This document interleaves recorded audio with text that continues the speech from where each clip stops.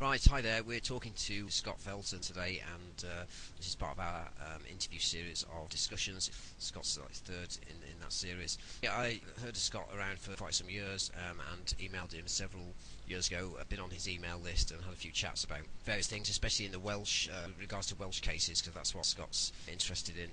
Mostly he's known for, especially since a documentary that was shown at the last Leeds Exopolitics event on the Berywn Mountain case, which is from the 70s, and was actually quite an interesting case that Scott's really up on. So hi to Scott, thanks for joining us, and do you want to give us a bit of your background, because I don't know too much. I know you run the Cumbrian UFO group. I don't know if you want to say sort of when you got into all this and what you do with that group, and then perhaps go on to say a bit about the main case you studied and the one that you did the documentary on with Richard Hall, which was the Berywn case. Do you want to give us a little summary of the Berywn Mountain case, which you're very up on? Yeah, well, for those who don't know, the Berywn Mountain UFO event, it's often described as a crash event. I've come to learn in later years, I don't actually believe it was a crash. I think it was just a controlled landing, and in due course the object lifted off the ground and went on its way. But it was quite a while ago now, 23rd of January 1974. There was a series of events went on the same night. There was things like a meteor shower, there was an earth tremor, natural events, and as a result of those natural events, especially the earth tremor, it provoked people into coming out of their homes on what would otherwise be a cold, dark January night. And as a result of people being out and about, certain things were seen, including this object that was perched on the side of a mountain, and other things came to light. For instance, numbers of policemen who seemed to be already in position in a particular village, claims of military personnel being about, and that escalated into things like roadblocks and people being questioned about where they were going on the particular night. And there's got this whole plethora of different things going on. There was one first-hand witness, wasn't there? Was this the lady that went out with her daughter after seeing it from a house, and was she a nurse or something? I can't remember. Do you want to tell us exactly what Yeah. she saw? Because her testimony is actually quite vivid still, and I should have mentioned this at the start, but basically, after discussing the Berywn case, because what that Scott's found is that Andy Roberts, who's a prominent sort of old-school UFOologist, who has links to Dr. David Clarke, who currently is in charge of the National Archives, or does PR for the government for that, and so we're going to go on to say about how disinformation campaigns are spread in ufology, and why a certain two, and you also get a name also including one called Tim Matthews or Tim Heppel, also come up. So you've got a group of three that historically from the 80s have debunked cases, and Scott's ran into this problem with one of these three, linked to David Clarke, which was Andy Roberts.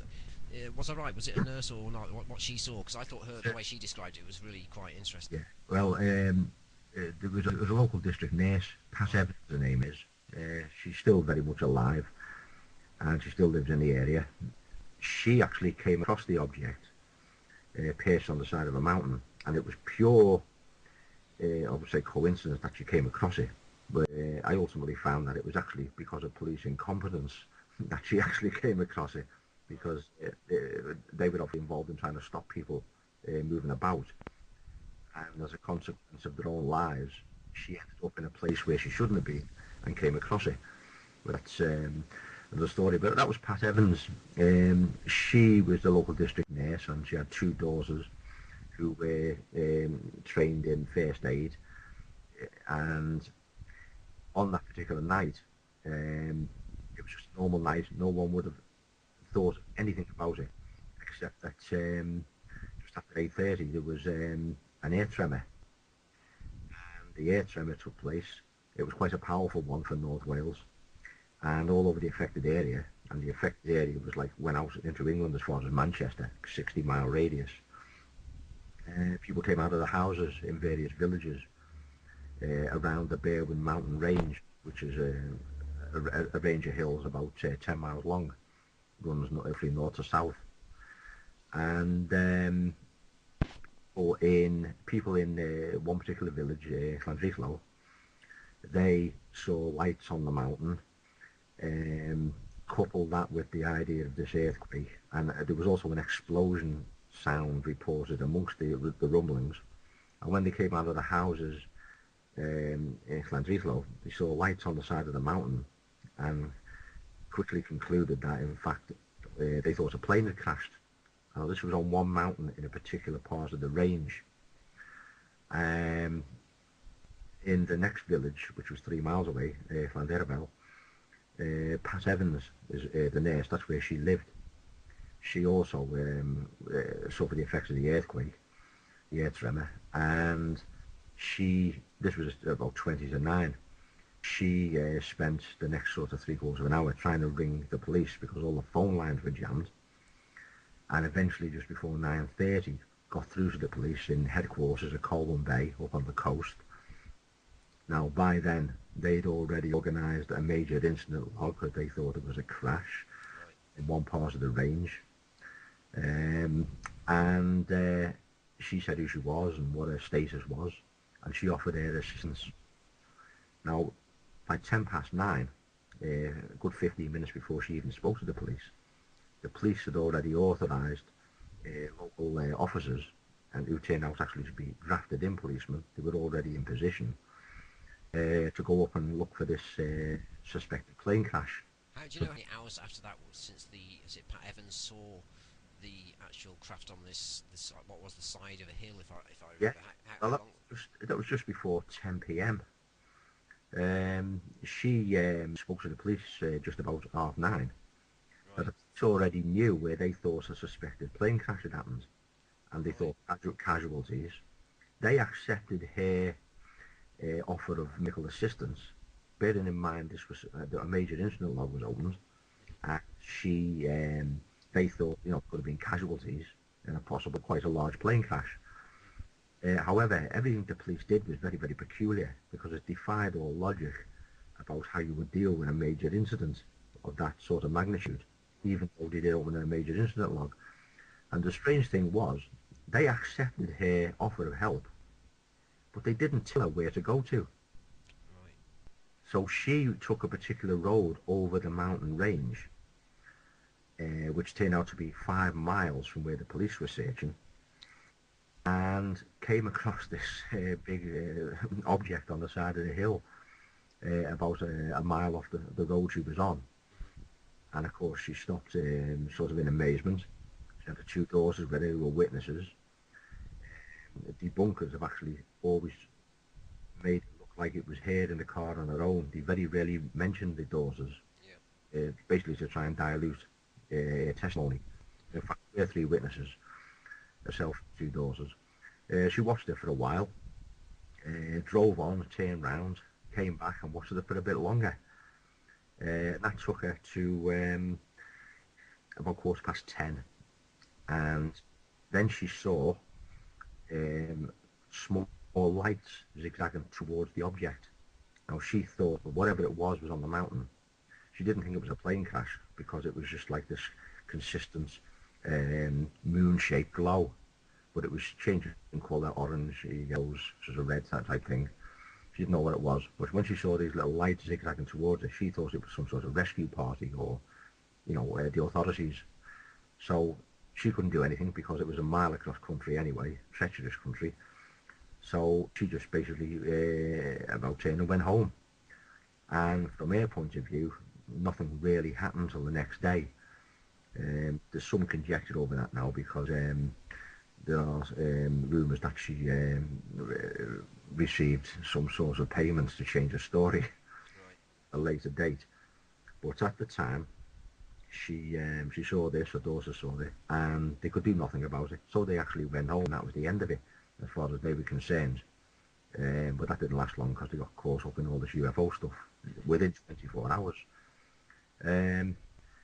It turned out, in my research, is that these little lights weren't police torches at all, although it was portrayed as police torches by Andy Roberts. Because he fabricated a story about them meeting the poachers, and this big object she saw was a poacher's lamp, with absolute rubbish. And I found in my research is that, in fact, The evidence points to these lights were actually soldiers of a military unit that was approaching the object. Well, just clear up then. Do you think the police were told to? It sounds to me like there was some sort of radar tracking. The police knew about it when she called, and as you say, didn't then send us to the right location, despite saying, yeah, you're okay to go there and help. So what confuses me is, how come if the police knew all about it and you say they were quite prepared, why weren't the cops there either before she arrived or when, or while she was looking at this light on the side? What do you think happened? Do you think the police stand down and the military turned up? What happened? No, the military were already there. Right, when did she know they were there? No, right. The military were already there. And how do you know this? Because the military were actually approaching this object within a short space of time. The object, we've dug up other witnesses now, which actually basically saw this thing land. I mean, that Pat Evans in there, she never saw it land, she never saw it take off, but she did miss it taking off by within 10 minutes. That's right, yeah, I remember. She's actually stated this. She was sorry that she never stayed around longer, yeah. And she would have seen this thing lift off. But other witnesses since then come forward. I tracked some down who vanished, who Margaret Fry knew about, and we found them, and eventually they turned up in Richard Hall's documentary. Right. They basically sort of controlled landing. But what was interesting is that within a short space of time, when this earthquake took place at 20 to 9, roughly, the police were in numbers already in that particular village in the local police station. So the question had to be asked, well, why were all these policemen already there? And also, crucially, they weren't local. They've all been... They've been drafted in. That's really unusual. That takes a lot of organising usually. Yeah, well, they were already there. But the locals in the village didn't know they were there. And this earthquake, which no one could have predicted, basically flushed them out. Right. Now, the police who were in the village, I've come to conclude that they were just ordinary bobbies. They'd been drafted in. They could have been told a load of rubbish about why they were actually there. I believe they were there because if the public got to know about an operation that was going on in the mountains involving the military, their job would have been to interfere with the public. Right. As it happens, this air tremor happens, coincidental, I believe, and as a result of that, and the locals all ringing into the police and saying, well, we think there's a plane crash here, and the switchboards were jammed anyway because of the earthquake, the police had no choice but to open a major incident log and send some officers up onto the mountain to look for this suspected plane, which had nothing to do with the UFO. It was a totally different tangent. And where this alleged plane might have crashed was a good 4 miles from where the UFO was. It was on a totally different mountain in the range. Right, interesting. Now, in the end, in this welsh-roswell concoction by Andy Roberts, he moved events on the mountain called Bronwen, which is above the village of Llandrillo where the police were, and he moved them to 4 miles to the neighbouring mountain, Berywn, to explain away what Pat Evans saw. Now, what the villagers saw in Llandrillo when they came out of their houses, they saw lights on the mountain, but they turned out to be the lamp. That turned out to be the lamp of a group of lads who were all hunting rabbits. They were lamping the rabbits in the dark and shooting them. And that was pure coincidence. What actually happened with Andy Roberts, he took the poachers' story because it couldn't be disputed. They were there. Yep. He moved their lamp in his ignorance, because he didn't understand the actual method of lamping rabbits and hares and whatnot at night. He moved them to the neighbouring mountain and said their lamp was what Pat Evans saw. And then he fabricated a story that the police conducted a foot search with torches because he knew and couldn't dispute that police had gone up the mountain looking for this plane. So he took their actions, said that he invented a story that he did a foot search, and not only that, but enlarged it further and said that these little lights, these torchlights which Pat Evans saw, were police torches, and they not only met with the poachers, but they stopped and spoke with them. Right. But it never happened. No. The police never met the poachers, and also they were on a neighbouring mountain anyway. Well, 4 miles, count for what she saw. yeah. Well, you think someone as local as Pat Evans would know exactly what mountain to report and to say that she saw this thing on. Oh yeah, If you've lived in an area, and people that come from sort of valleys and rural areas have got sort of different mindset to towny people, and they get to know landscapes very well. If you've lived in a certain area and driven around it, then you know that. The one thing I wanted to point out: do you still believe today that? And because I would say that based on what we're about to discuss, to do related to both Andy Roberts and David Clarke, we also found this with the Rendlesham case, that just by moving, which Colonel Holt did, not any suspicions him, by moving one of the dates, just tweaking a date and a few times a little bit on the 3-day period of Rendlesham, it threw out researchers for years. So do you still today believe, based on what I think we've discussed off this recording briefly regards to Andy Roberts, that he uses certain, let's say, what could be classed as intelligence or disinformation tactics? Do you still believe that he believes that the mountain was actually used, or is your opinion today that was a piece of disinformation to throw people off the scene? I believe, from what I've discovered since, with documents I eventually got my hands on, which Andy Roberts claimed he had access to, and which various people in the British Geological Survey frustrated me for 2 years getting. He knew, I believe he knew from day one all the true facts about the Berywn event. There was no dispute. I don't believe there's any dispute about that. He knew there was a UFO on the side of Berywn, on the slopes of Berywn. He knew, because he had access to all the records, everything that went on surrounding the events, all the actual stuff, all the peripheral stuff. He knew that, and out of that, he concocted a story to rubbish the UFO event. And relied on documents and maps and all sorts of things which he had access to, which no one else had access to, and he relied on others then to refuse access to those documents so that he could get away with what he said. Yeah, I wanted to go into the British Geological Survey, because that, I think, is highly significant given what you had to do to get those documents. Just before we move on to that bit and we move on to sort of that second phase of what we're going to talk about, it's interesting, we've got, you can correct me if I'm right, I think Jenny Randles claimed that these things, the problem is, like you say, what a weird coincidence that you have a sort of mini quake in that area on the same night or the same day, because of course when you have geological or what are essentially magnetic instances taking place within the earth and stuff, then you do actually, there is a phenomena which people, debunkers use, and is a real phenomena, that you start getting like these mini aurora borealis things, so you start getting lights coming off the ground. Lights. Is that what they're called? Yeah, and I think Jenny Randles said that Berywn was linked to that. I think she claims, or someone that has done that. So I mean, given that we've now got the theory that, right, so it could have been the quake again to do with these electromagnetic lights, and it could be a crash of either a UFO or a plane, depending on who you talk to. And then on top of that, there's what's that? Oh, the third one, of course, is the poacher's lamp was what was creating. Poachers use these. If anyone doesn't know or is listening outside the UK, then lamping uses really powerful, usually on the side of a Land Rover, but if not, you can get these sort of million watts, million candle watt, whatever they're called, million candle power lamps that essentially, I think they're made to sort of they highlight the animals' eyes up and make them stand there, then they get shot basically. But so these lamps are really bright, but again, you've got to imagine then that would someone like Pat Evans, who was used to the ways of the countryside, used to viewing things like lamping and poaching taking place, would she mistake a poacher's lamp for standing and staring at what She never actually knew it was a poacher's lamp one way or the other. No, I meant she would be aware of what a poacher's lamp was in comparison to what she saw on high hillside. She would. But I was fortunate. I've had an advantage over Andy Roberts because I'm interested in two things, which Andy probably regrets.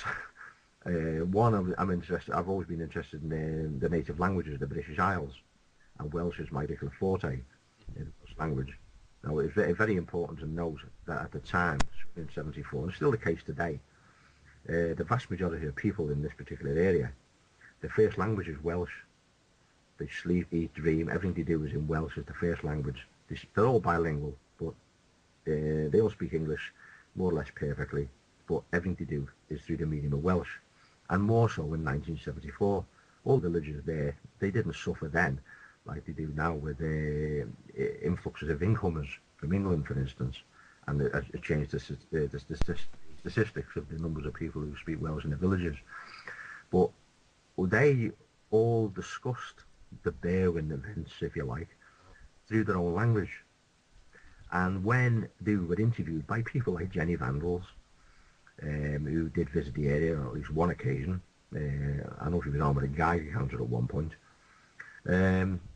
when she speaks to these people, they're quite chatty. They'll tell her what they know, what they think they saw, or what they did see.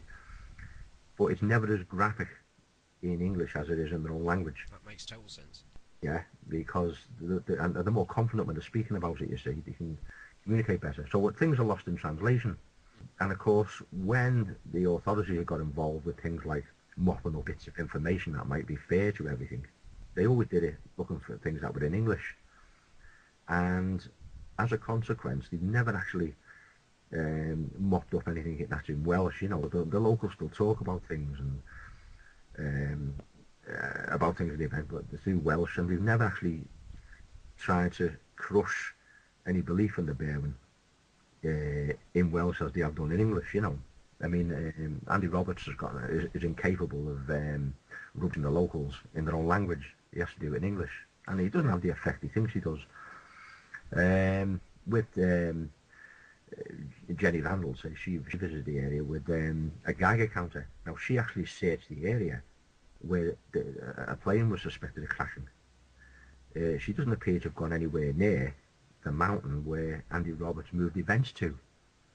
And her reasoning behind that, she was also an earthlight enthusiast, was she searched a stone circle. This just happened to be above the village. Now, whether she is one of these people who thinks that stone circles and ancient monuments have got something to do with aliens and UFOs and things, I don't know. But it seemed bizarre to me when I looked into it that she was basically disregarding the testimony of Pat Evans. Right. Pat Evans was 5 miles away. She was on. There was only two roads, two B roads, because it's such a remote area, and there's no dispute over where Pat Evans was. Yet Jenny Randles seems to have dismissed her testimony and concentrated on the part of the mountain where the police were. So she was basically saying then, well, the police were there, and the Air Force, some Air Force personnel searched this particular area the following day as well, accompanied again by the police. So the police were there, they must have been right, and she must have been wrong. And any lights she saw, Pat Evans saw, must have been lights she saw 5 miles away. You know, it's just totally ludicrous. Yeah, yeah. And in fact, when you do go to where Pat Evans was on the road, you can see quite easily that where Jenny Randles was searching, because of the undulations in the mountains and the hills, it was totally impossible for any UFO to have been where Jenny Randles searched and be visible from the road 5 miles away. It's just not possible. Yeah.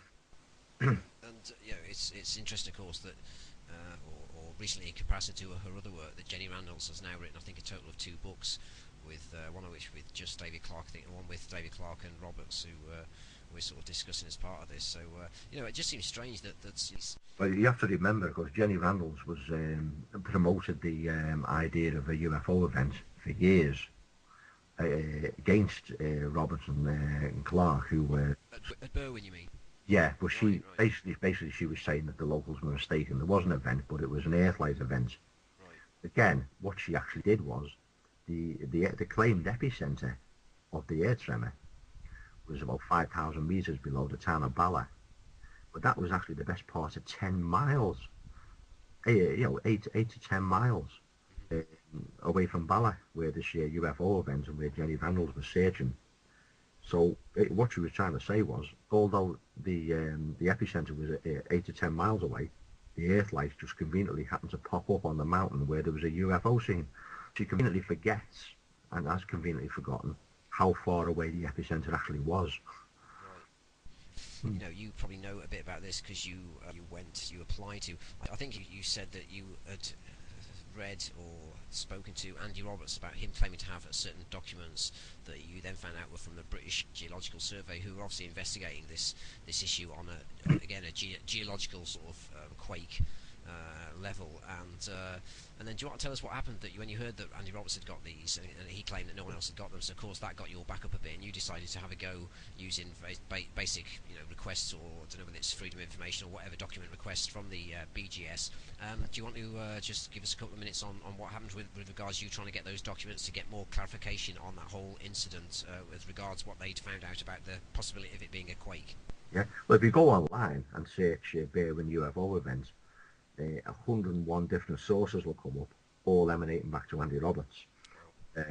Going back to this piece he's written, which he describes as far as he's concerned the official version of events, is welsh-roswell, and his account of what really happened. And if you read through all that information, he openly claims that he'd had access at the time when he wrote it to British Geological Survey records, which, because there was an earthquake that night, the British Geological Survey sent a team of men up there to question the locals. This was standard practice, and they issued questionnaires and about what they felt. And bearing in mind this was 74, it's not as technical then as it is now, but it was standard practice then. And of course, Andy Roberts openly claims this in his tome, and he's claimed he was the first person, and it's there clearly visible on all the sites to read. He claims he was the first person to inspect these records, and they'd lain gathering dust for X number of years. And he claimed it was a revelation when he read them. It proved this and it proved that, and there couldn't possibly be in a UFO event. So I read this and I thought, well, I want a piece of that. I contacted the British Geological Survey a couple of times, and they just ignored me to start with. So that annoyed me. So I filed a freedom of information request and got nowhere with that. And I was eventually approached by a guy called Dr. Roger Musson, and he appears to have been in charge of these files from 1974. But of course those files were records of what people heard and saw at the time, and there were maps mentioned, and I thought, well, these maps. Anyway, Musson basically told me that there were no such documents and no such maps. He actually said that to me in an email. I queried it and said, well, Roberts is saying there is, and he said he's had access. But he didn't even qualify that. He didn't say, oh, well, Roberts is wrong or Roberts is a liar. He just ignored it, because basically he couldn't say anything against Andy Roberts, because what Andy Roberts was claiming was actually true. He had access to them, these documents. So anyway, I was getting nowhere with Musson. He was a total arse. So in the end, I just filed a complaint against him. Official complaint.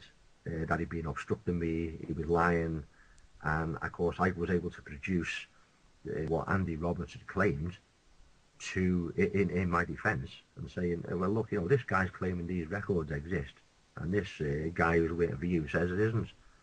I believe he's obstructing me. I believe these documents do exist. And with that, there's a big inquiry, because Musson's like running his own show there, and of course the directors in the BGS, they didn't know what he was up to. Of course, he got caught out then, because I pushed it further than anyone else had ever pushed it. No one ever questioned them. No one was prepared to have a go at them, and I was. I'm always up for a scrap in that respect. And all of a sudden there's an internal investigation. And with that, in the post, I get this letter of, not so much an apology, but yeah, we've investigated this, and there are documents, which basically made out Musson to be a total liar. But of course, because he was one of their own, they did defend him, and they tried to make out it was a mistake.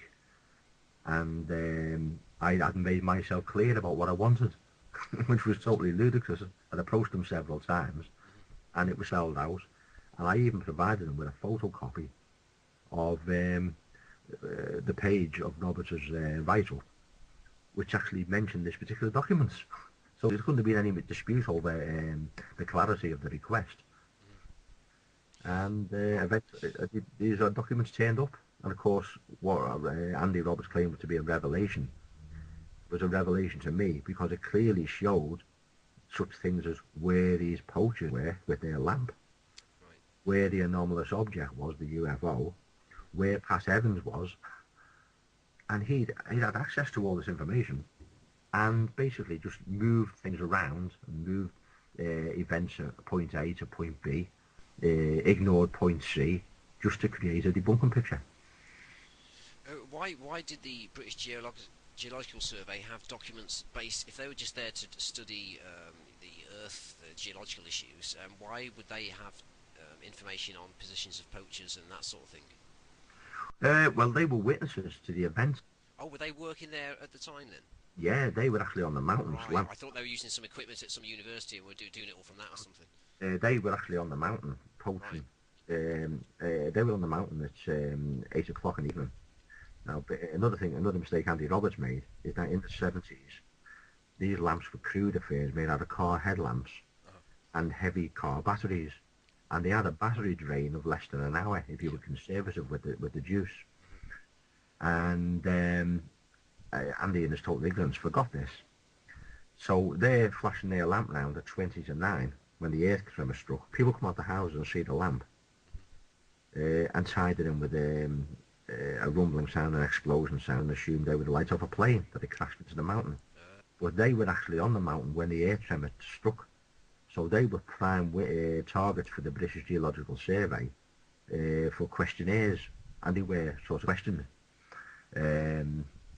casually about what they experienced and what did they see anything in that, and all this sort of stuff. But the questions they were asked were no different to what anyone else was asked across the affected area, because they said where they were when the earth tremor struck, and it was recorded officially on a map. It was damning evidence against Andy Roberts, because he knew where they were. He knew exactly where they were on this map because he'd seen the maps. But he thought no one would get access to that map. So he said, I'll move these now to the neighbouring mountain and say their lamp was what Pat Evans saw. But in his ignorance, what he didn't realise is that lamping, whether your lamp's attached to a vehicle or whether you've got it in your hand, it's a highly mobile activity. You move around into the wind and you sweep the lamp left to right, looking for your targets. Yeah, he didn't know that. So when this static object was on the side of the mountain, which Pat Evans saw, which was there for, in her case, a good 20 minutes, it was not a poacher's lamp. And because I've been in the trade, I'm a gamekeeper by trade, and I've been involved in field sports since I was a kid, I knew about lamping. And as soon as I read Andy's report and said it was a poacher's lamp, I thought that's just totally ludicrous, because it's a static light, and lampers aren't static. They're moving about constantly. And that's what I meant when I said even someone like Pat Evans, who might not be have sort of your background in she would have known what a poacher's lamp was. Yeah. Well, it's just insulting to say. It's insulting of Andy Roberts to claim, and Jenny Randles to claim that a nurse, whoever turned up that couldn't tell the difference between a huge object on the side of a mountain that looks strange and out of place, and then some field sports, hunting lamps. It's insulting. One thing that I don't think you mentioned, but I think we discussed before. So you found out Roberts was friends with the guy, this doctor who you met at who refused you the documents that the British Geological Survey. He's also a Fortean. He's a reader of Fortean topics and stuff. Was that true? Yeah, I was actually at the time. This is at the very early days of me getting involved with the Berywn case. I was finding my way. I was green and naive, and I was tentatively feeling my way about. I was going through all this stuff that was online, and a lot of it was disinformation, deliberately put there to muddy the waters. I've discovered that since. Loads of dead ends, and they're just there to frustrate people who might want to look into the case. So I was going up these cul-de-sacs and coming back out and going up the next cul-de-sac. And I joined, in my ignorance, Joe McGonigal's internet forum. It was called UFOlogy in UK. Now, I'd never met Andy Roberts in any shape or form till then. And, of course, I started asking questions, pretty naive questions, really. I was on the first rung of the ladder, so to speak. And I don't know this guy. He jumps in, and I'm getting savaged left, right, and centre by this guy. And in some cases, he was getting quite aggressive, because I don't take savaging like that lightly, and I'll just keep bouncing back with more questions. and it seemed to be aggravating. But what I noticed was that no one else ever came back at me. It was Andy Roberts.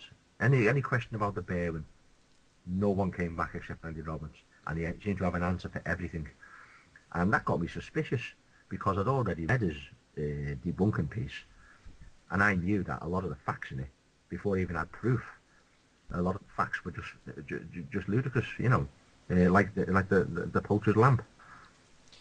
Also, I just wanted to point out, before we carry on, that it's just weird, and it is classic disinformation sort of 101, that you appeal to both sides in some way, and then you collapse the story. You collapse the main narrative of the story, the one that makes the most sense and is probably most valid, by adding other bits on, switching a few things around. But you've got this basic dichotomy in the way Roberts sees the Berywn case. 'Cause in one sense, like you said, he was into it before you. He titles it and calls it the Welsh-roswell, and as if trying to get that sort of attention going towards the case. But on another hand, he's prepared to reduce it all to people misidentifying poachers' lambs. So that's strange. And then, like you say, although he's come to that conclusion that basically nothing was going on, it was most probably a poacher's lamp, he then carries on attacking anyone that comes close to trying to add more investigation skills and basically look at the case again from a slightly different angle. You can draw a conclusion about any particular subject from information that's available, even if it's the wrong conclusion. And in the case of what Andy Roberts has done with the Berywn case, he never wrongly concluded from the information he had available. He invented the conclusion, basically to rubbish anyone who might have been interested in the case, But it was on that internet forum. I happened to mention about Musson being obstructive, and Andy Roberts jumped in to defend him and said, "Oh yeah, he's a good friend of mine, and we're fellow 14s." Right. And then alarm bells started to ring. I think, hang on, Roberts was saying this, Musson's saying a totally different thing. One was defending the other, and of course that ultimately led to the complaints against Musson. Yeah, what strikes me as interesting about that is that although you say these two people were friends, and so on some level, then if that doctor that you mentioned, Dr. Musson, wasn't working for a public body, which I think that they are a public funded body. Then, he's paid by the taxpayer. Yeah. Right. Well, so if it was a private sort of group or something, that's okay for him to withhold documents if you want to do that. But the fact that he allowed Andy Roberts, which undoubtedly seemed to happen, to influence him into holding back documents, providing them to Andy Roberts, but then holding them back for the likes of you or anyone else that may have wanted them, because we're guessing basically that evidence had been used to basically scupper the case. And that, of course, there wasn't just they didn't want you to find out the bits that are in there. It's because that would also reveal the fact that Roberts had lied. Was that your take on it? Yeah, that was the case, yeah. Musson was basically there to obstruct anyone who might have inquired and tried to access the documents, because the documents told a truth about what went on that night. But Andy Roberts had actually taken the facts, manipulated them, invented them, in some cases, like the police talk to the poachers to explain away torches and things, torchlights. And he relied on Musson then to make sure no one ever got the documents that he referred to, in order that his lies couldn't be disproved. That sort of fits into this idea of changing things at the start, fits into this whole pattern of disinformation. And I just want to briefly mention another case then that sort of links into this and sort of highlights these sort of tactics, and then we'll go on, because there's a bit more stuff that you've got to say on the Berywn and the stuff that's linked to Roberts and things. But it now seems that we know from the books they've authored and from statements they made that Dr. David Clarke, who's basically used to work for, I think, the Sheffield Star newspaper, and now is a lecturer at Sheffield Uni. He's got a PhD in folklore, which I always thought was quite funny, given that he actually is now in charge of the official National Archives files on UFOs, and basically does their promotion and PR for them. And it's just funny that they find someone that's got a folklore degree, because that they like it's quite handy for them to insinuate that, of course, all this stuff to do with ETs and various paranormal phenomena is all based on folklore, and as everyone knows, the Berywn mountain range and probably Rendlesham as well is full of little toadstools in the woods with little gnomes and fishing rods sitting on them. Of course, no, of course they were. It's good. I forgot to say that, but good on you for being persistent and keep going. And you're right, quite rightly putting in a complaint against a public body. And thank God there was someone there. It wasn't totally controlled to the point where a director, probably out of embarrassment and stuff, and thinking they might end up being a really big issue. Then Well, stepped in. I don't think the directors knew what was going on. I think this was a private affair between Musson and Roberts. Because don't forget, that Welsh Mount tome that Andy Roberts constructed to explain away the event, that was in circulation for several years before I got involved. And it would be totally ludicrous to claim that in all that time it was in the public domain and being promoted by Andy Roberts, that Musson, who allowed Andy Roberts access to the information, that he didn't know that this had been fabricated, because even Dr. Roger Musson must have known the content of those documents, and he therefore must have known that Andy Roberts had fabricated a story around them. So he was, as far as I'm concerned, a co-conspirator.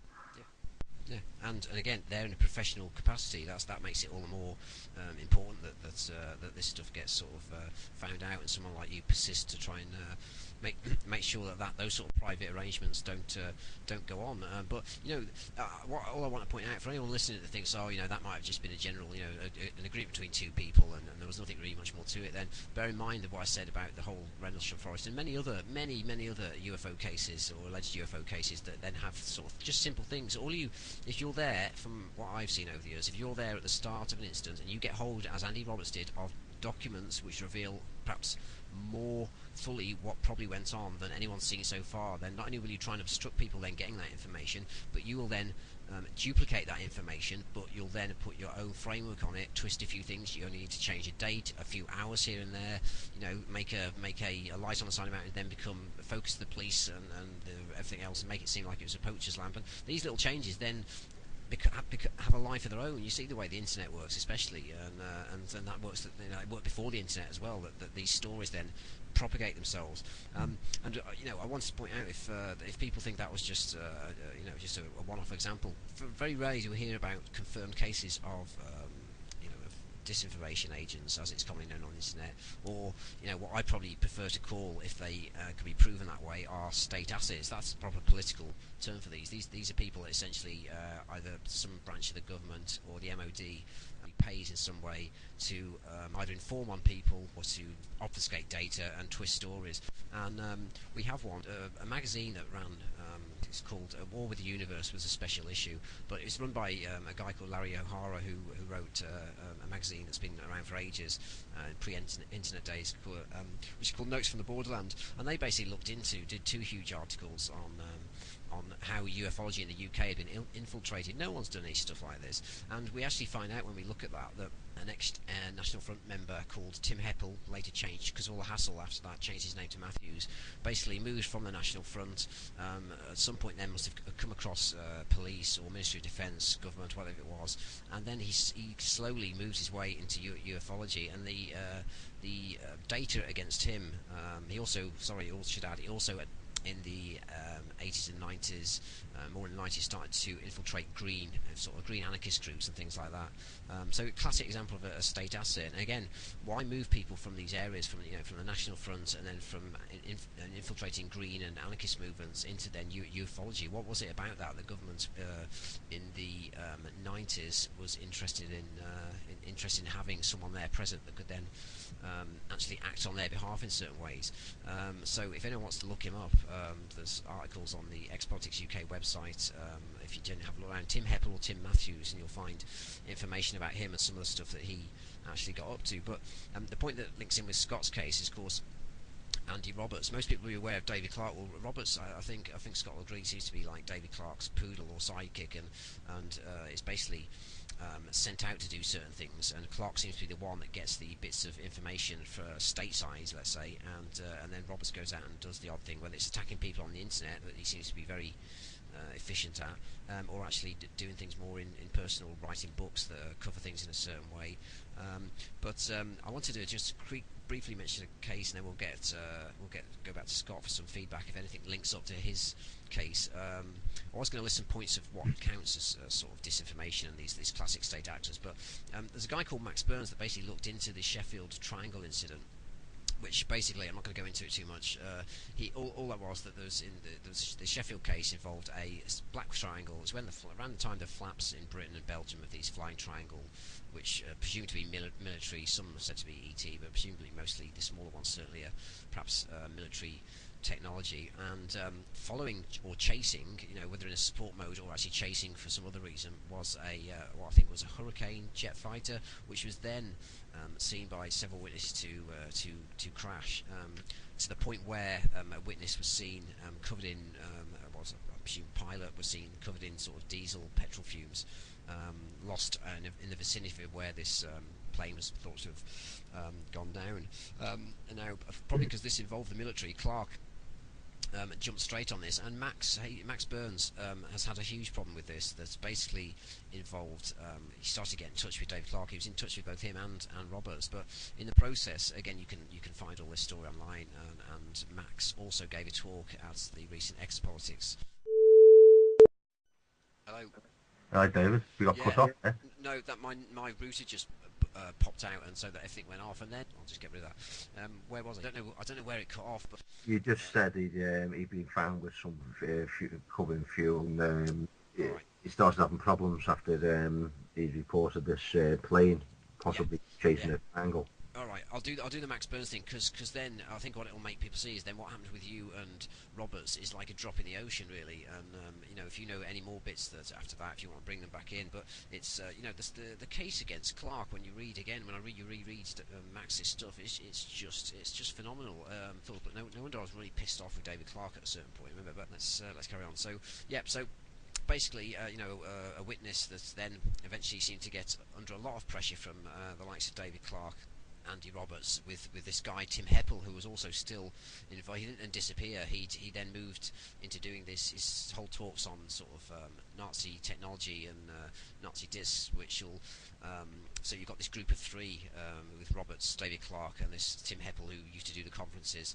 And basically his pitch was, everything was Nazi terrestrial tech, and we'll see at the end that this is a developing pattern, that these people seem to want to make everything about it, that it's all a terrestrial military phenomena in some way, or it's Nazi this, or it's Black Project this, and that seems to be their meta. You could say that's their meta role or meta narrative to this whole thing, is to reduce everything to that sort of situation. So anyway, back to the Max Burns case. Great researcher, spent a lot of time on this Sheffield case. So as I say, one witness saw someone around in the area covered in jet fuel, smelt of it, and when Max tried to then interview him, this guy had a phone call which involved David Clark, to my knowledge, in some way, and the guy then didn't want to speak yet, wouldn't make the same statement that he'd made to, I think it was Max Burns previously. When Max then wanted it brought out and recorded, whether it was on a radio show or something, the guy would not come out and say that. And in fact,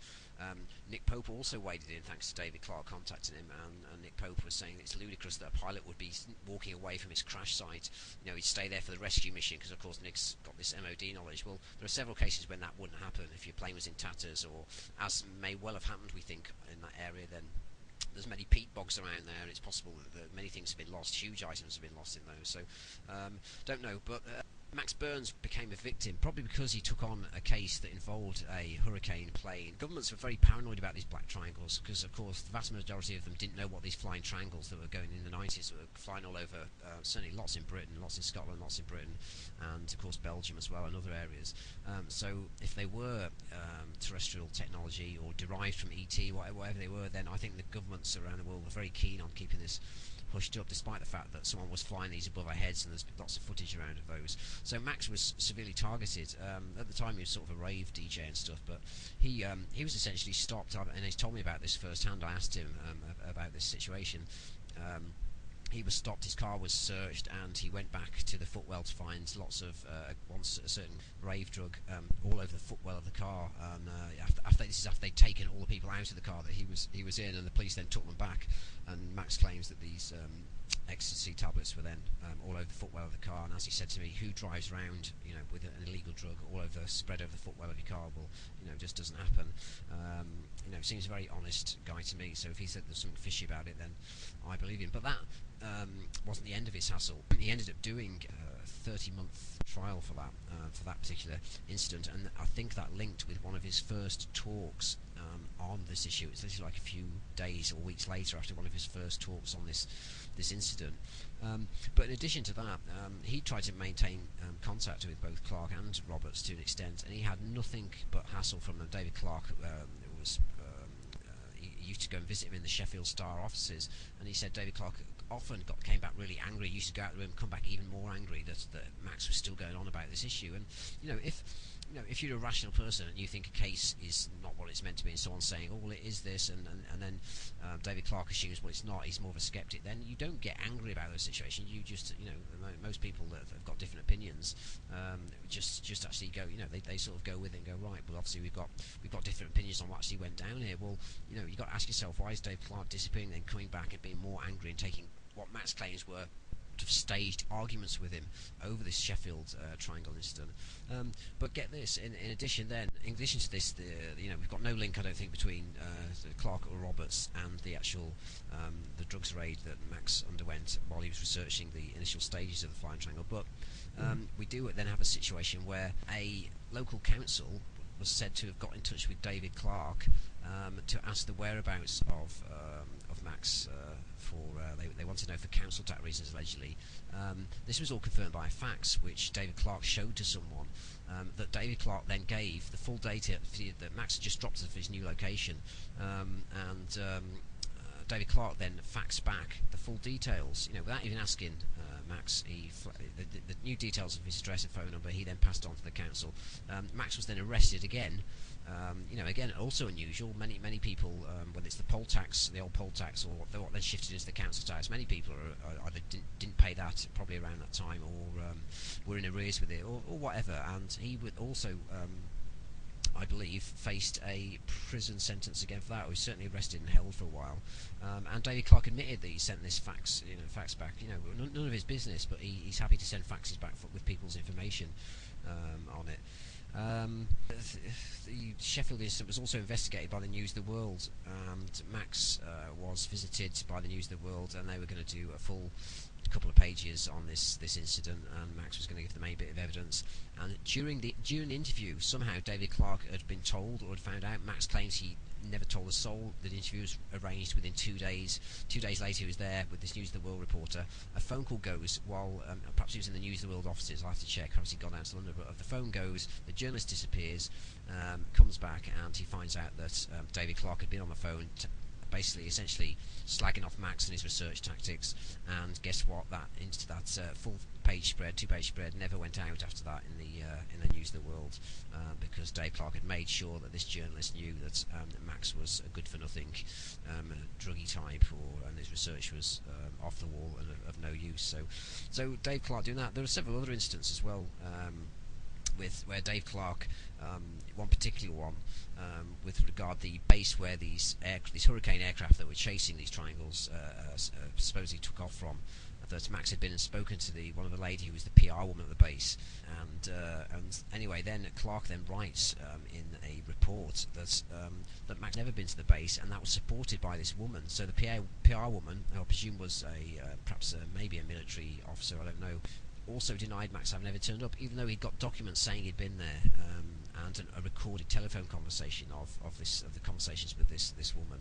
So again, David Clark seemed to have quite a range of quite a few methods of being able to put pressure on both structures and people to actually not discuss certain things, or to warp situations in a certain way, to the point where he can get the main PR person for a full-on airfield and military base to completely change the story and essentially lie to the public and claim that people like Max haven't been and spoken to her, and of course you know, it's if you can do that sort of thing, you've got to ask how is someone like David Clarke, who's essentially an ex-journalist, come a folklore lecturer at Sheffield University, how come he's suddenly in a position where he can make those sort of decisions, manages to get whereabouts of people, sends faxes off with people's details, and then manages to get military institutions to completely change their story and basically lie for people. So we've got lots of stuff, and you know, Clarke and Roberts, who Scott linked with, worked together for years, written loads of books together,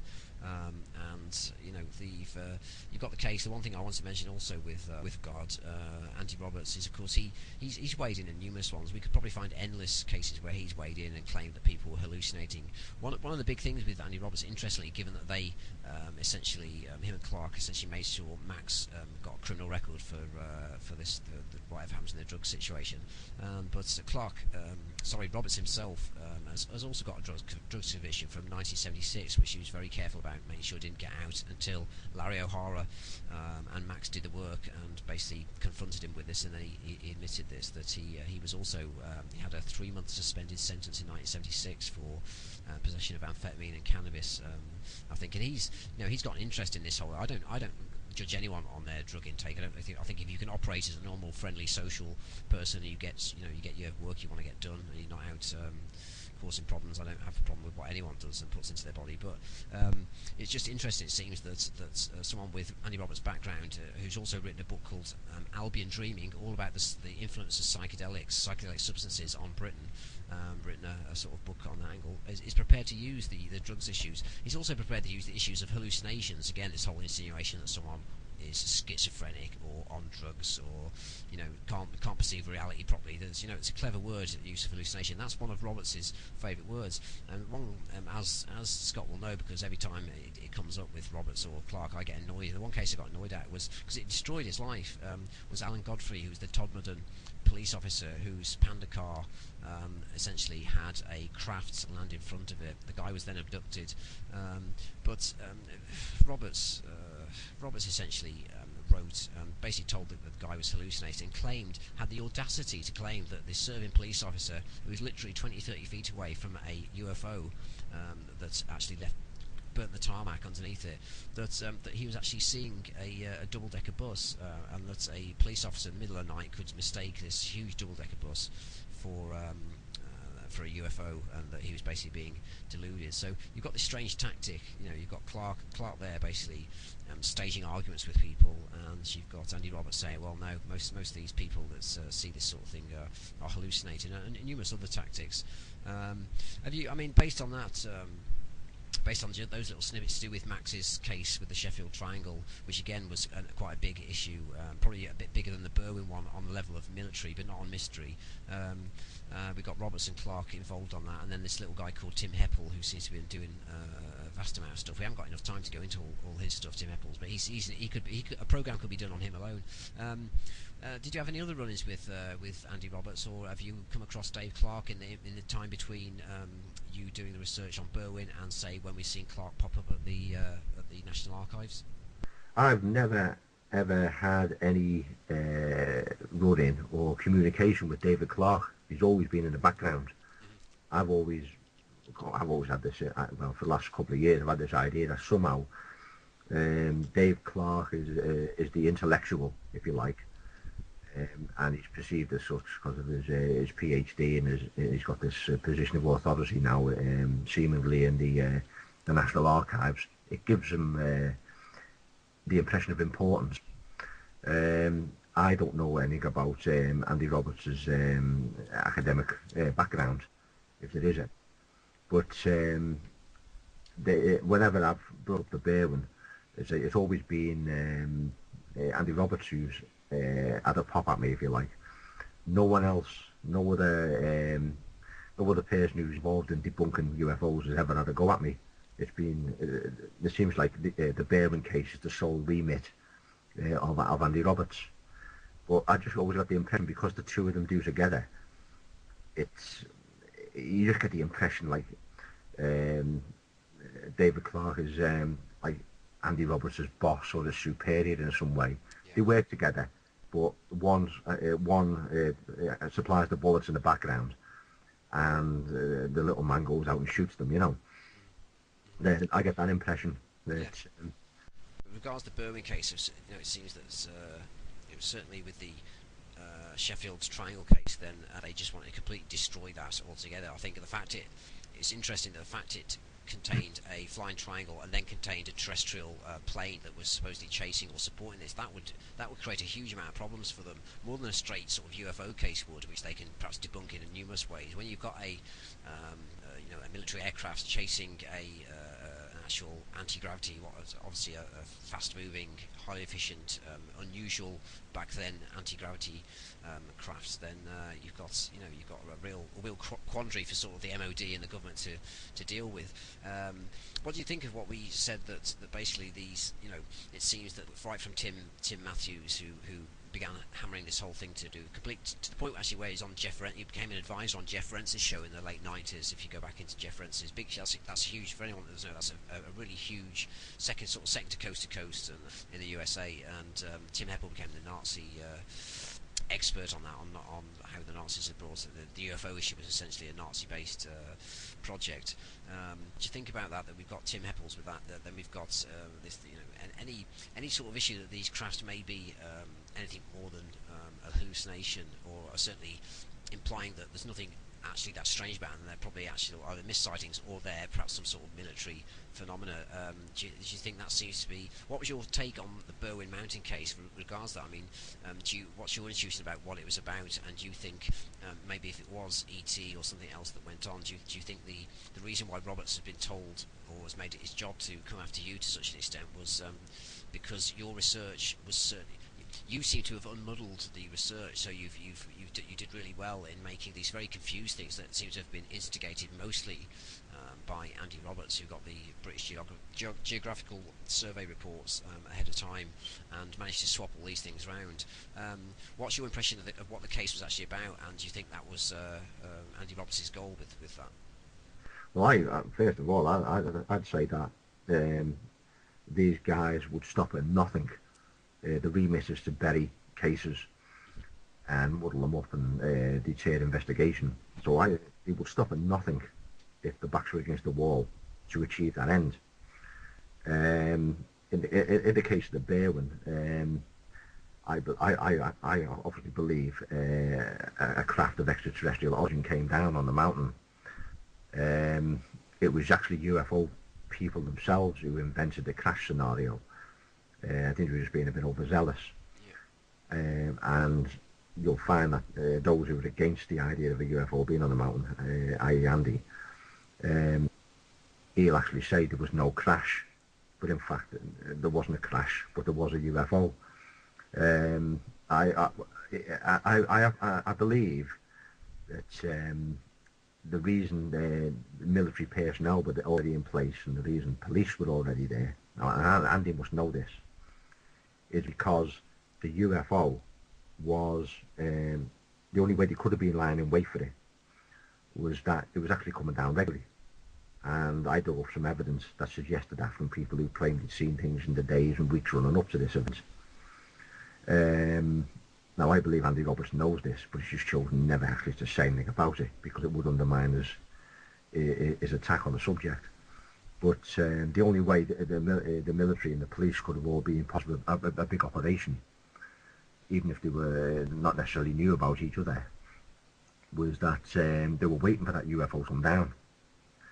And when you're talking about the likes of this plane and the Max Burns case and planes chasing UFOs, and we're going back to 1974 now with the Berywn case, what you've got is, even though the population of Britain was much lower than it is at the end of today, it's inconceivable that then or now, I believe it's inconceivable, that a military plane would fire upon a landed UFO or an airborne UFO because they got no control over it. If they hit it and destroyed it or whatever, they got no idea where all that debris is going to come down, if they wouldn't, where it might crash. And the last thing they need is one landing in the middle of a town or even in the countryside, because nowhere in Britain's really remote anymore.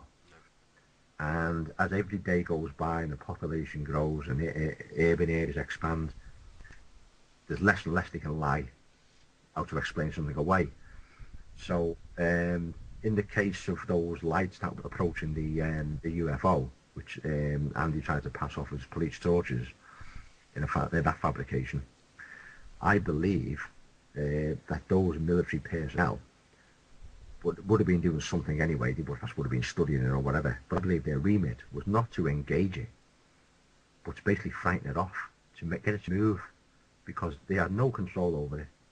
It was doing whatever it was doing, and basically the only way they could get rid of it before the public did become aware of it was basically to shoo it away. You know, I'm sure they would have loved to have got hold of it, or bombed it, or shot it down, or whatever. You know, for the technology advantage they gained from it.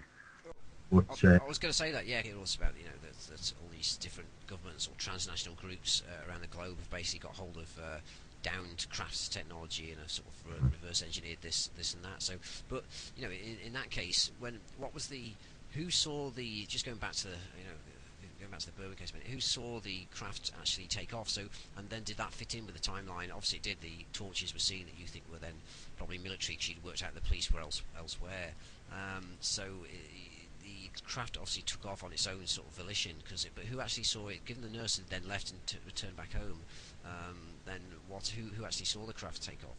There was a bit of a timeline there, because when I sort of investigated it and discovered because the rumours persisted about military being involved, and information was few and far between. And of course, Andy was going out saying, no, there was no soldiers. Anyway, we unearthed a girl who worked in a pub who was actually physically stopped in a roadblock. And there were soldiers there. In fact, it was on a minor lane, and it was a lane leading to a particular part of the mountain range where we got other information that soldiers had actually been hanging out. But again, more information came when I dug deeper. I actually got testimony about a girl who had a farm, which there was a knock on the door, and crucially about 9:30 at night, and this young girl answered the door, and her parents weren't in. It was a farm, and there was a soldier at the door, and other soldiers milling about in the yard, and it was nothing unusual because the mountain range was used by the military for exercises anyway, you know, just sort of people living off the land, all that sort of business, and moving about over the mountains, doing whatever they do. And what was interesting, what caught my attention, was that the guy claimed that the radios wouldn't work and could he use the phone, and the girl obliged. And the soldier went in, rung someone, and they went. Now I worked out, I got tipped off about this, and at the time the girl didn't want to be identified. This was a really interesting part of the documentary that you did. I remember this and you can carry on with that after I finish. Didn't you also find a possible place where these soldiers were what they call billeted and put up for the night as well? We're a bit uncertain about that now. There was a lead we were given, and so some soldiers were billeted, and we tried to get information about this, because a claim was made that the guy who owned the property at the time rented to the MOD an outbuilding which was occupied by soldiers for a period of about 6 weeks, possibly 8. But I ran into a brick wall with that, freedom of information requests and whatever, and people just claimed they had no record of it. But then it got confused because in 1982, so 12 years later, there was a military jet crashed onto the mountain range, which was recovered. Again, Andy Roberts got involved in that, and fabricated the importance of the plane. He made it was a big military Harrier jump jet full of top secret hardware, to justify a lot of military recovering it. And then he said that military recovery were people getting confused with the Berywn event 12 years earlier. Right, interesting. Oh yeah, that. But in fact, when I got a full list of military plane crashes in North Wales off the MOD, which they quite happily handed over on the free information request. And there was no record of any plane other than that one. That one crashed in 1982. And Andy Roberts had claimed another plane had crashed in 1972, 2 years before the Berywn. Getting a bit closer there, isn't he? Yeah, he fabricated that. There was no such a crash. Mm-hmm. All he said in his report, another plane crashed in 1972, and he will not come forward and say where this plane was it civilian, was it military, where did it come from? Because after all military and civilian plane crashes are recorded. So I got all the military planes that crashed in North Wales in that year, in 1974, and none of them tied in with the Berywn, none of them tied in with the previous years. Our next plane crash going backwards was actually in 1968, and it was a civilian plane crash. Right. And 4 people died. And I approached the CIA, and they handed over all the civilian plane crashes ever recorded in North Wales. And why would the CIA hold British data? No, CAA, sorry. Oh, sorry, CAA, sorry. God, that was my Civil Aviation Authority. Right. Yeah, and they handed over. There was no record of any of this stuff.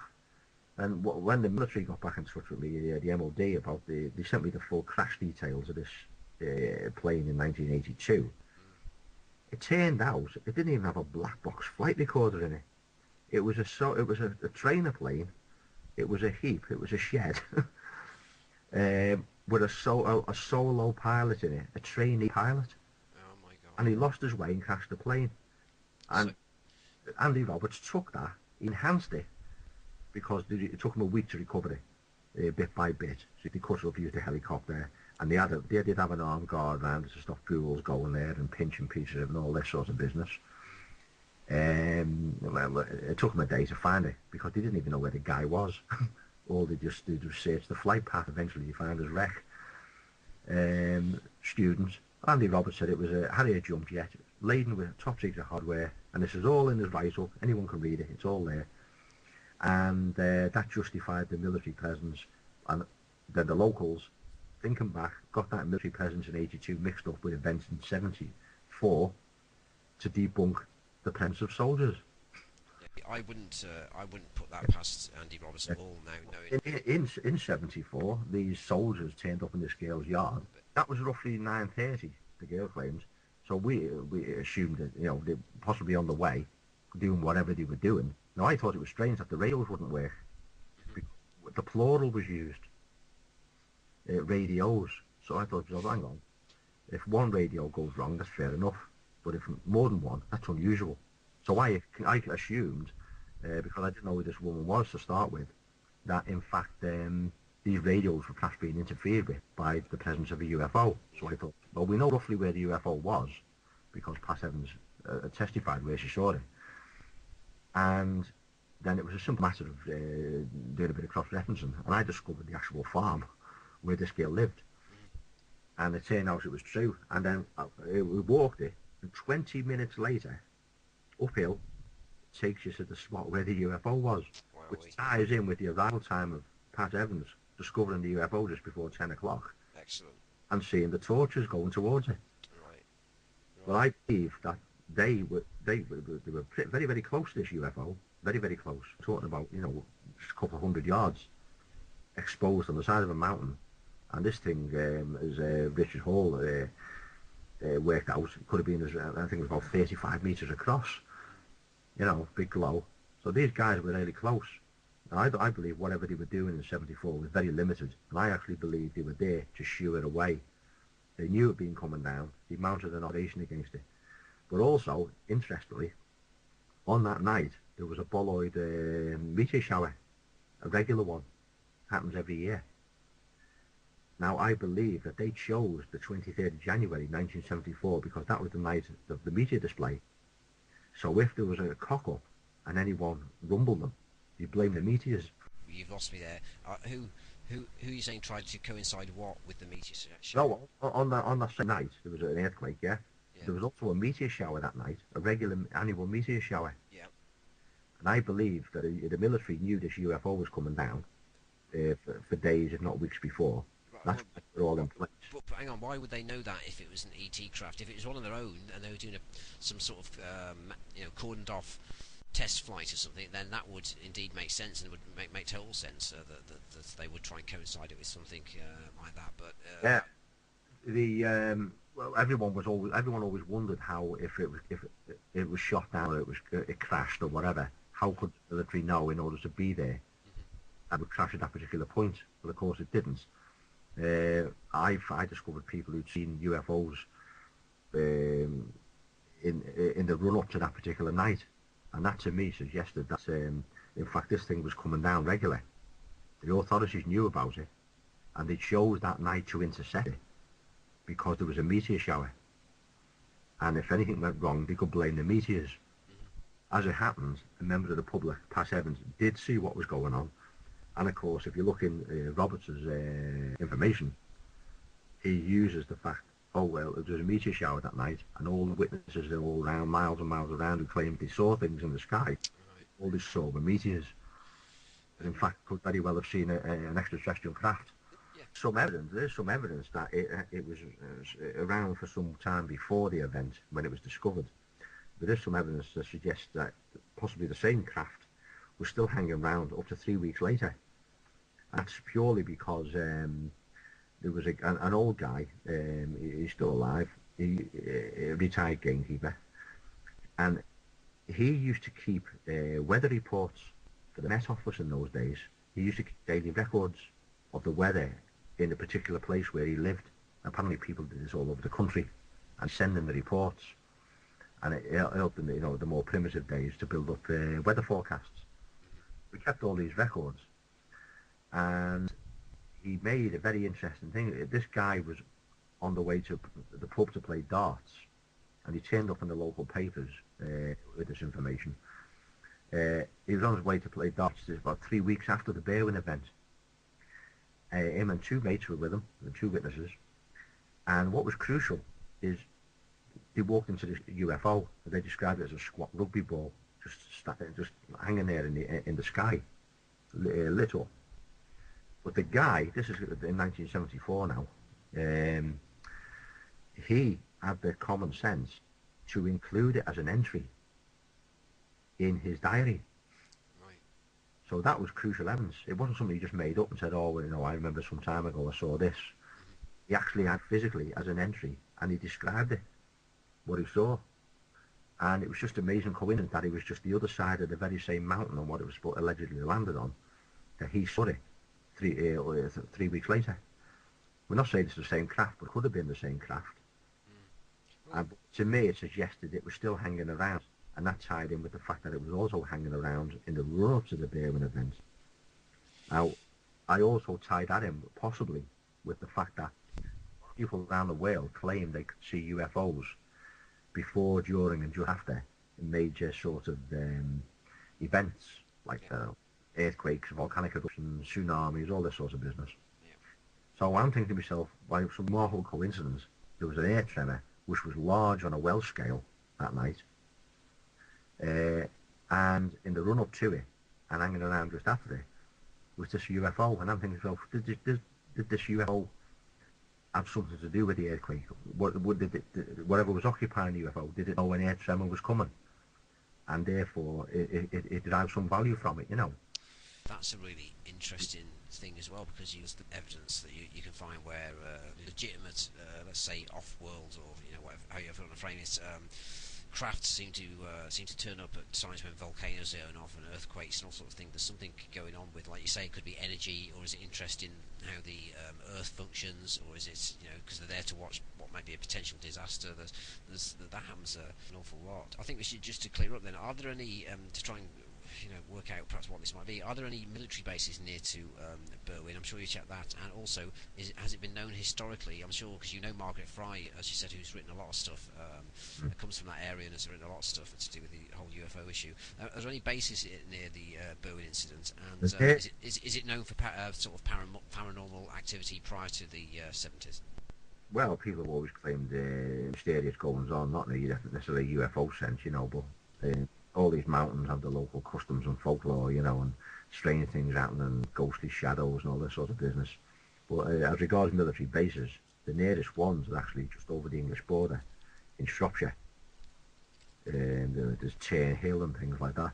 But it was interesting because when I mentioned earlier about the police, who I believe were already drafted in, and I don't believe they knew what they were actually there for, but I believe they were there to interfere with the public if the public became aware of something going on which no one wanted to know. But I believe senior police officers right up at the top knew what was going on and why it was going on. They knew about the military, but the ordinary policemen who were drafted in didn't. And I found one reference. It was interesting because members of the public were contacting the police and saying what they were seeing and what they'd experienced with this air tremor. But one member of the public phoned into the police and must have given information to the police that they thought they saw military personnel knocking about, because one of the policemen involved this alleged plane crash, they thought it was a plane crash that night. As part of his inquiries, he made a note in the incident log to inquire of Tern Hill, which is in Shropshire. They have any military men on exercise?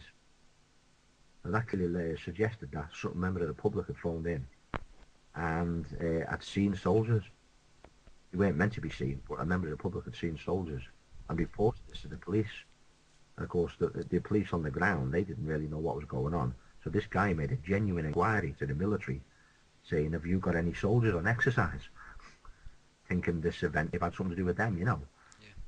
Yeah. And of course, they actually told the police no. But of course, people at Tern Hill don't necessarily know that the other military units operating in their area, especially if they officially don't exist. But I don't believe the soldiers who were up on the Berywn exist, if you know what I mean. It probably is some sort of black operation. When it involves direct retrieval of ET kit and stuff like that, or even some issue of where some covert project craft may have got into trouble, then they usually use sort of special forces. Really, they don't want average Joe Blogg soldier to be exposed to this sort of stuff. But that makes total sense. The more you go on about it, the more it sounds to me like it was.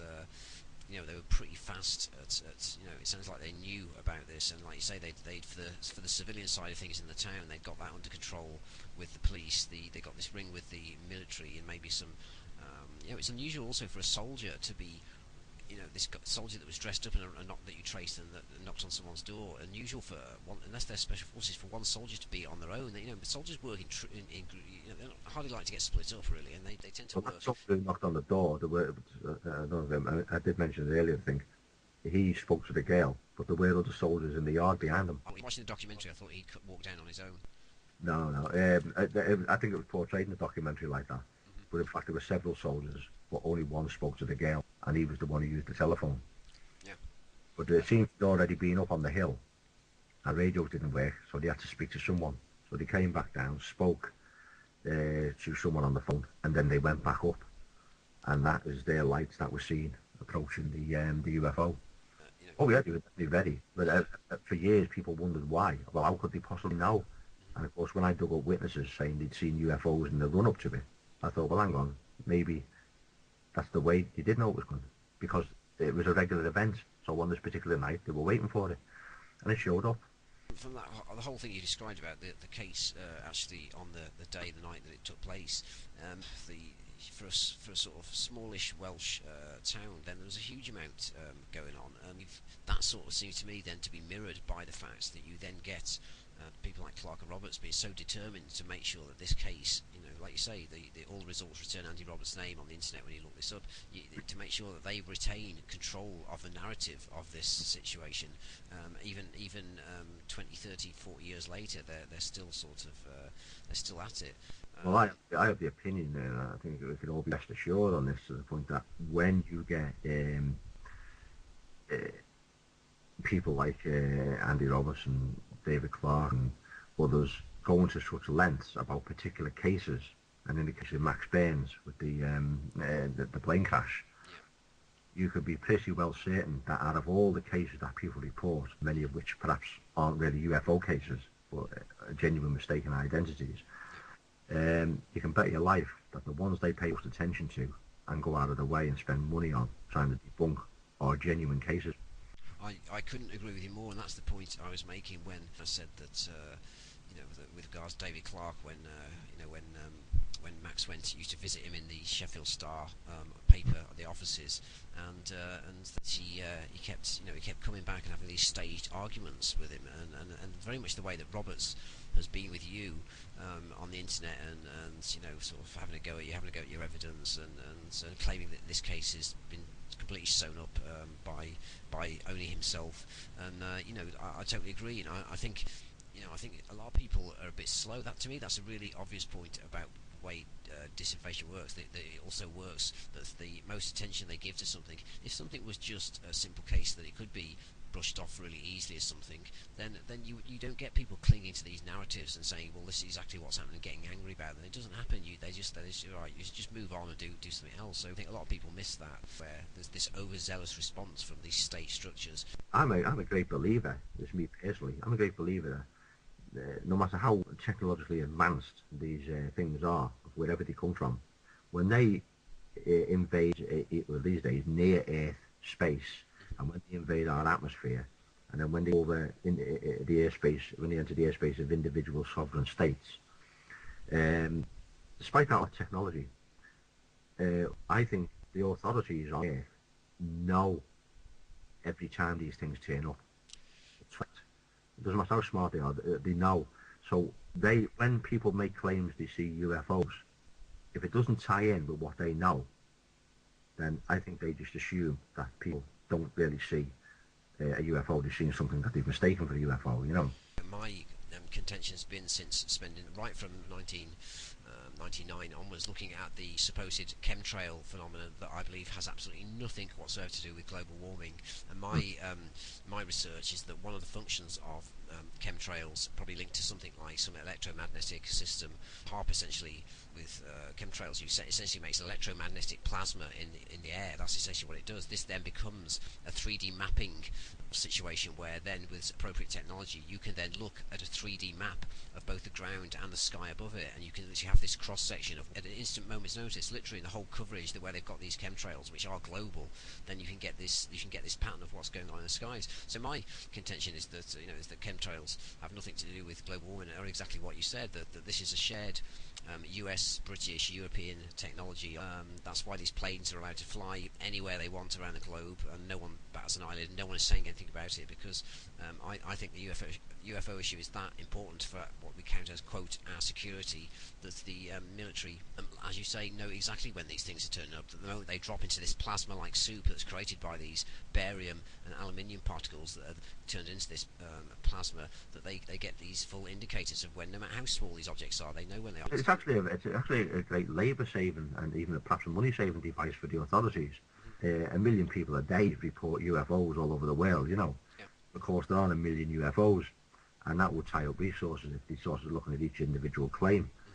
So if they know what's coming in, and they know where it is, and what path it takes around the world and things like that, if people say they've seen a UFO and it fits in with what they've seen, then clearly they know that a witness has seen a genuine UFO, and it's in their interest then to interfere with that witness.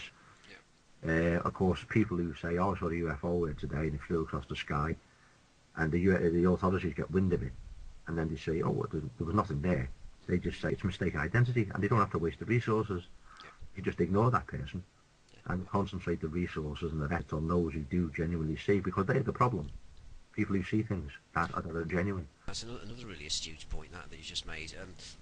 If their observation technology is that good, and if they are, as we suspect, that certain governments or transnational military cabals are flying their own versions of these anti-gravity devices, then of course they'll probably have some way of monitoring which are their own and which are, quote, alien, or not on the terrestrial side. So they, like you say, that then saves time. It's almost like a identification friend or foe thing that they use in the military to stop friendly fire. That they can tell when these things have come in from other situations, and what's been launched from our own planet. The technology is light years ahead, and I just think this UFO issue is far more important than most people realise. I think that actually stemmed from the Cold War, because my belief on that is there are many claimed instances where could have all been involved in nuclear annihilation with it, the Soviets against the West, and vice versa, because of misidentification of inbound UFOs.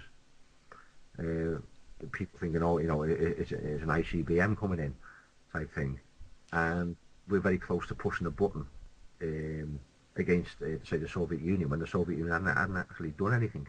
So the need arose to identify what was real and what wasn't. Yeah. But they could never admit to these UFOs coming in and making a mistake. And certainly they could never admit to the potential to make the mistake of nuking each other, because the UFO was misidentified. So therefore you have the incentive to create the technology to identify them. And to share that technology. It seems to be it's only the USSR which seems to not have these. Again, if I'm right with this chemtrail series, only the USSR that seems to have not allowed these planes to every other continent. They're allowed over. And I think that's a good point. That during the Rendlesham event, the world was Britain was far closer to being actually the base where nuclear weapons were launched from during that year, and that close to that Christmas period.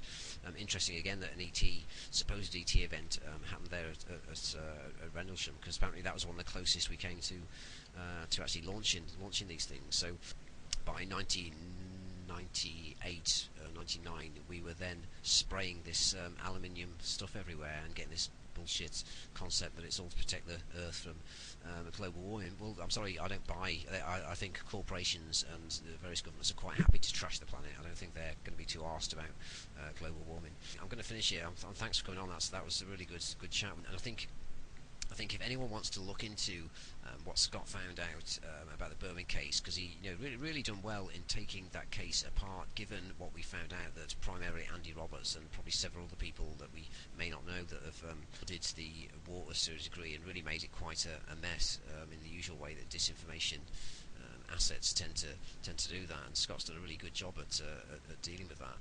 But from what we've found out about Roberts and David Clarke and this other guy Tim Heppel, I just wanted to read out something that I found in the article from Notes from the Borderland, from the Article magazine, that looked into Tim Heppel's as this state asset, his operation, his modus operandi.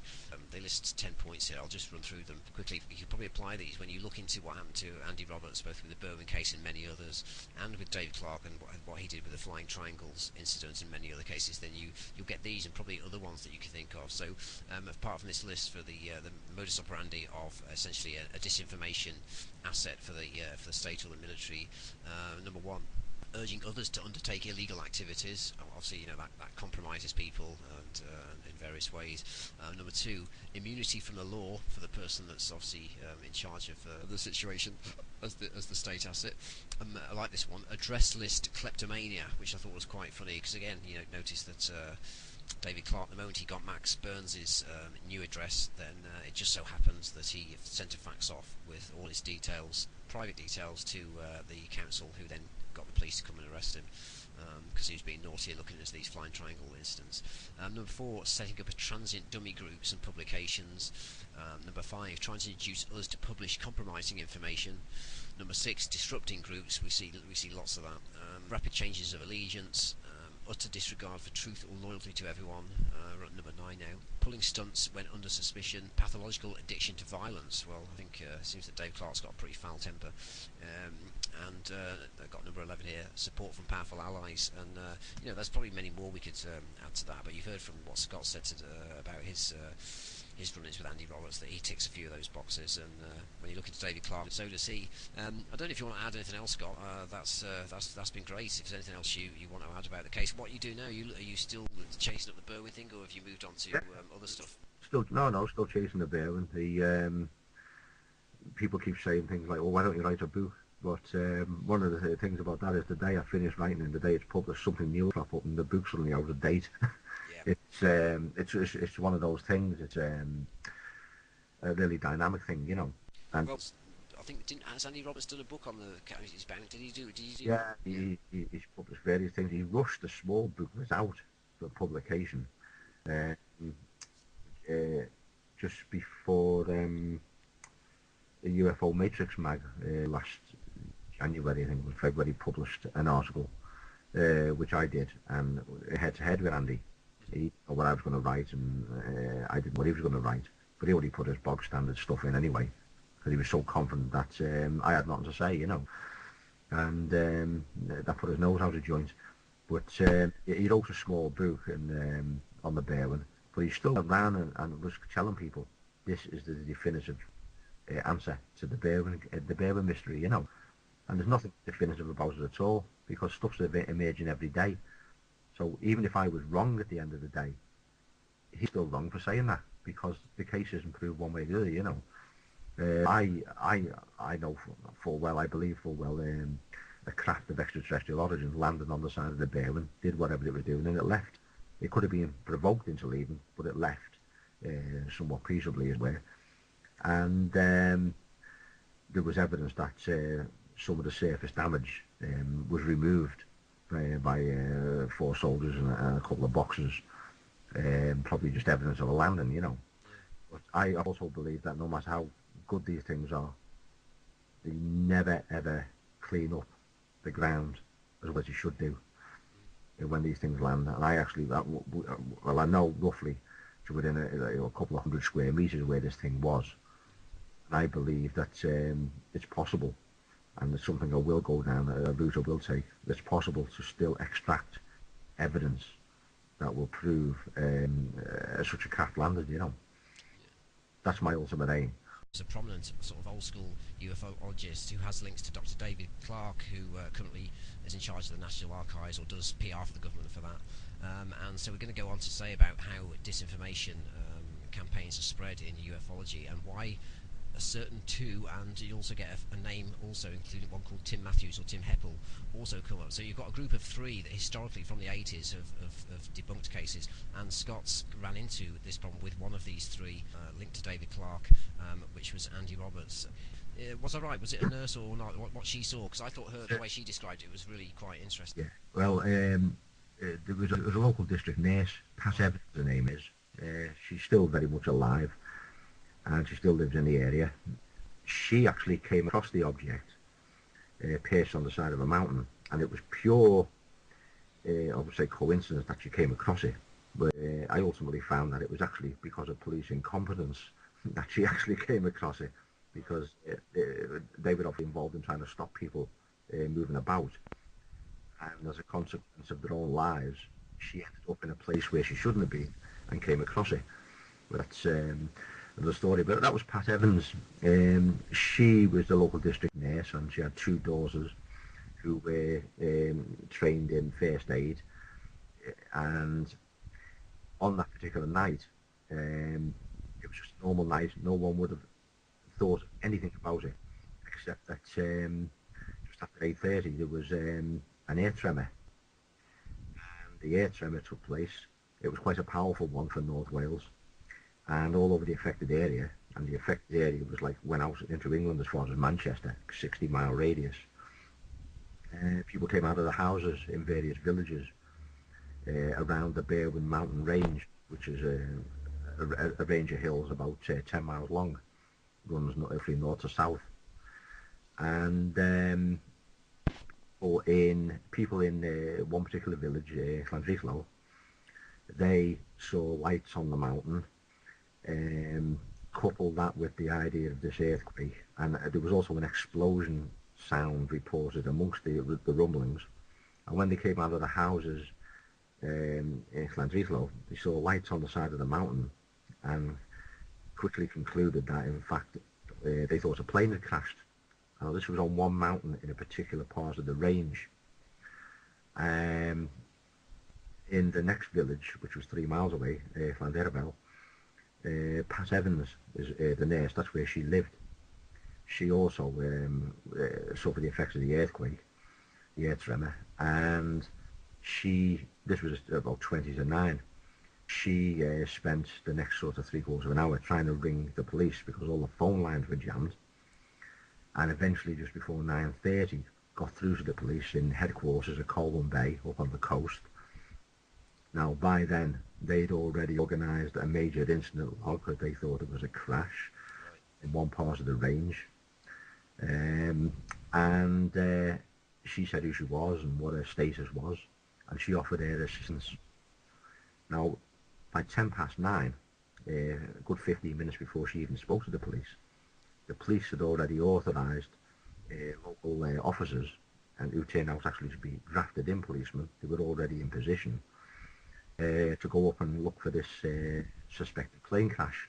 How do you know how many hours after that was since Pat Evans saw the actual craft on this what was the side of a hill, if I Yeah, remember? well, that was just before 10 p.m. She spoke to the police just about 9:30. Right. Now, the police already knew where they thought a suspected plane crash had happened, and they thought casualties.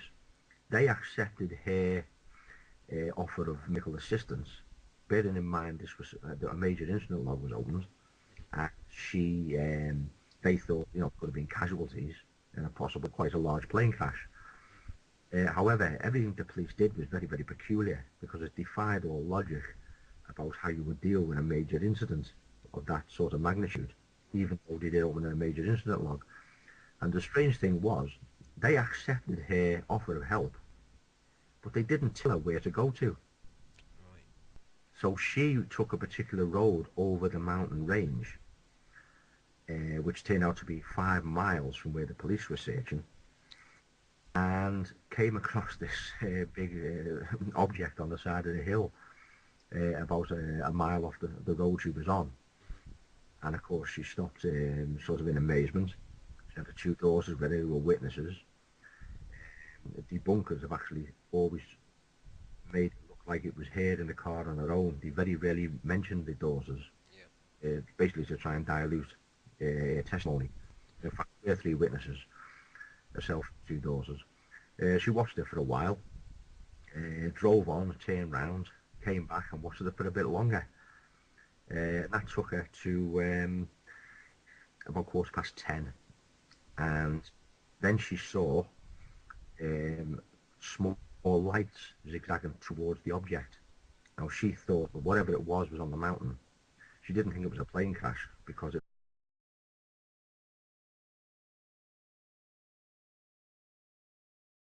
Right, hi there. We're talking to Scott Felton today, and this is part of our interview series of discussions. Scott's like 3rd in that series. Yeah, I heard of Scott around for quite some years, and emailed him several years ago. I've been on his email list and had a few chats about various things, especially in the Welsh, regards to Welsh cases, because that's what Scott's interested in.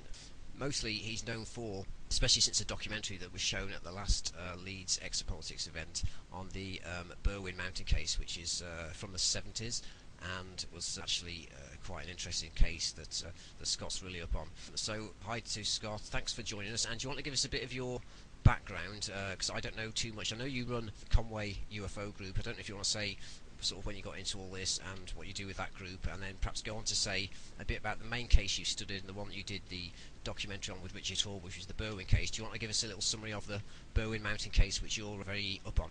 Yeah, well, for those who don't know, the Berywn Mountain UFO event, it's often described as a crash event. I've come to learn in later years, I don't actually believe it was a crash. I think it was just a controlled landing, and in due course the object lifted off the ground and went on its way. But it was quite a while ago now, 23rd of January 1974. There was a series of events went on the same night.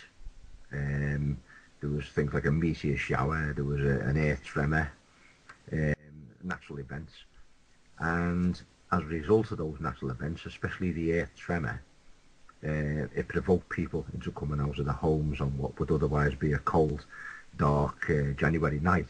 And as a result of people being out and about, certain things were seen, including this object that was perched on the side of a mountain, and other things came to light. For instance, numbers of policemen who seemed to be already in position in a particular village, claims of military personnel being about, and that escalated into things like roadblocks and people being questioned about where they were going on the particular night.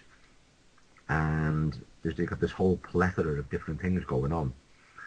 there was one first-hand witness, wasn't there? Was this the lady that went out with her daughter after seeing it from a house, and was she a nurse or something? I can't remember. Do you want to tell us exactly what she saw? Because her testimony is actually quite vivid still, and I should have mentioned this at the start, but basically, after discussing the Berywn case, because what that Scott's found is that Andy Roberts, who... It was just like this consistent moon-shaped glow, but it was changing in colour, orange, yellows, sort of red, that type thing. She didn't know what it was, but when she saw these little lights zigzagging towards her, she thought it was some sort of rescue party or, you know, the authorities. So she couldn't do anything because it was a mile across country anyway, treacherous country. So she just basically about turned and went home. And from her point of view, nothing really happened until the next day. There's some conjecture over that now because there are rumours that she received some sort of payments to change her story at a later date. But at the time, she saw this, her daughter saw it, and they could do nothing about it. So they actually went home, and that was the end of it, as far as they were concerned. But that didn't last long because they got caught up in all this UFO stuff within 24 hours. It turned out, in my research, is that these little lights weren't police torches at all, although it was portrayed as police torches by Andy Roberts. Because he fabricated a story about them meeting the poachers, and this big object she saw was a poacher's lamp, with absolute rubbish. And I found in my research is that, in fact, the evidence points to these lights were actually torches of a military unit that was approaching the object. Well, just clear up then. Do you think the police were told to... you know, it sounds to me like there was some sort of radar tracking. The police knew about it when she called, and as you say, didn't then send us to the right location, despite saying, yeah, you're okay to go there and help. So what confuses me is, how come if the police knew all about it and you say they were quite prepared, why weren't the cops there either before she arrived or when, or while she was looking at this light on the side? What do you think happened? Do you think the police stand down and the military turned up? What happened? No, the military were already there. Right, did she know they were there? No, right. The military were already there. And how do you know this? Because the military were actually approaching this object within a short space of time. The object, we've dug up other witnesses now, which actually basically saw this thing land. I mean, that past evidence in there, she never saw it land, she never saw it take off, but she did miss it taking off by within 10 minutes. That's right, yeah, I remember. She's actually stated this. She was sorry that she never stayed around longer, and she would have seen this thing lift off. But other witnesses since then come forward. I tracked some down who vanished, who Margaret Fry knew about, and we found them, and eventually they turned up in Richard Hall's documentary. They basically sort of controlled landing. But what was interesting is that within a short space of time, when this earthquake took place at 20 to 9, roughly, the police were in numbers already in that particular village in the local police station. So the question had to be asked, well, why were all these policemen already there? And also, crucially, they weren't local. They've all been... They've been drafted in. That's really unusual. You know, that takes a lot of organising usually. Yeah, well, they were already there. But the locals in the village didn't know they were there. And this earthquake, which no one could have predicted, basically flushed them out. Right. Now, the police who were in the village, I've come to conclude that they were just ordinary bobbies. They'd been drafted in. They could have been told a load of rubbish about why they were actually there. I believe they were there because if the public got to know about an operation that was going on in the mountains involving the military, their job would have been to interfere with the public. Right. As it happens, this earth tremor happened, coincidental, I believe, and as a result of that, and the locals all ringing into the police and saying, well, we think there's a plane crash here, and the switchboards were jammed anyway because of the earthquake, the police had no choice but to open a major incident log and send some officers up onto the mountain to look for this suspected plane, which had nothing to do with the UFO. It was a totally different tangent.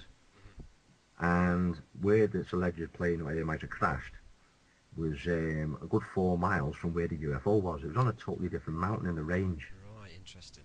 Now, in the end, in this welsh-roswell concoction by Andy Roberts, he moved events on the mountain called Cadabronwen, which is above the village of Llandrillo where the police were, and he moved them to 4 miles to the neighbouring mountain, Berywn, to explain away what Pat Evans saw. Now, what the villagers saw in Llandrillo when they came out of their houses, they saw lights on the mountain, but they turned out to be the lamp. That turned out to be the lamp of a group of lads who were all hunting rabbits. They were lamping the rabbits in the dark and shooting them. And that was pure coincidence.